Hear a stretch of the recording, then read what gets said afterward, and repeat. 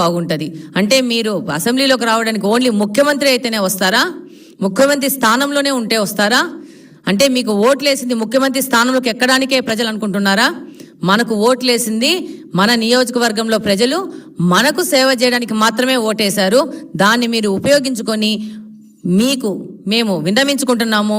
పులివెందుల్లో ఉన్న సమస్యల మీద మీరు గలమెత్తి అసెంబ్లీకి వచ్చి పోరాడితే బాగుంటుందని నేను చిన్న విన్నపం చేసుకుంటున్నాను.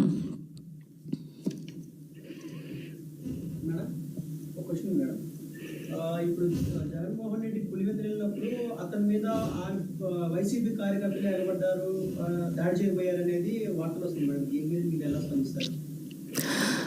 డెఫినెట్గా జగన్మోహన్ రెడ్డి గారు ఈ 5 సంవత్సరాలు చేసిన పరిపాలనలో ఆంధ్రప్రదేశ్లో ఎక్కడ తిరిగినా కూడా ఆయన మీద దాడులు జరుగుతాయి. ఒక పులివెందులైనా కాదు, ఏ ప్రాంతంలో పోయినా దాడులు జరుగుతాయన్న విషయం ఆయనకు తెలుసు.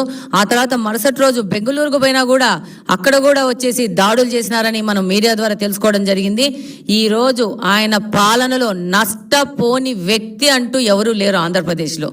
ఒక్క వైఎస్ఆర్సీపీకి సంబంధించిన నాయకులు వాళ్ళు తప్పితే రెస్ట్ ఆంధ్రప్రదేశ్ మొత్తం ఈ 5 సంవత్సరాలు ఎంత నష్టపోయిందో దాని రెఫరెండమే ఈ జగన్మోహన్ రెడ్డి గారికి ఇచ్చిన 11 సీట్లు.